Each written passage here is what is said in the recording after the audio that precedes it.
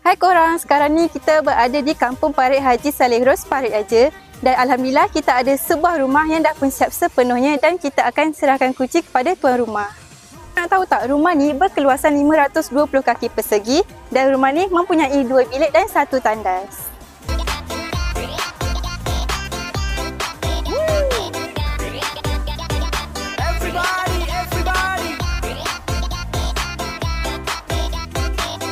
Jom saya bawa korang review rumah ni. Jom. Untuk bahagian luar rumah, kita gunakan cat kalis cuaca berjenama Nippon dan kita gunakan 2 tone colour iaitu slate crest dan juga river pot. Untuk koridor hadapan berukuran 4x10 kaki dan kita gunakan mozaik besar 1x2 kaki.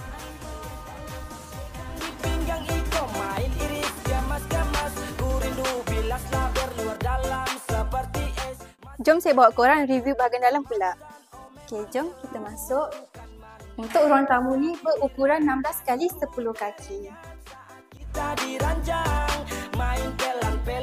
Untuk pakej rumah ni dah pun termasuk aksesoris lampu dan kipas dan dilengkapi dengan tingkap aluminium, wiring lampu dan kipas dan juga sheen pastel.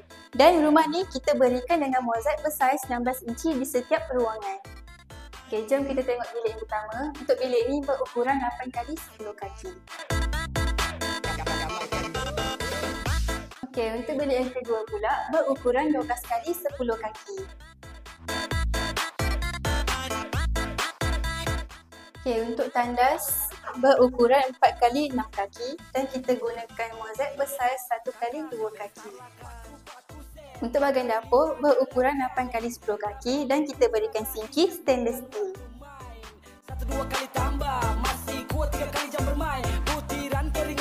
So, bagi korang yang berminat nak bina rumah dengan UJC di seluruh Johor, korang boleh hubungi kami di nombor yang tertera dan jangan lupa follow kami, like, comment and share. Bye!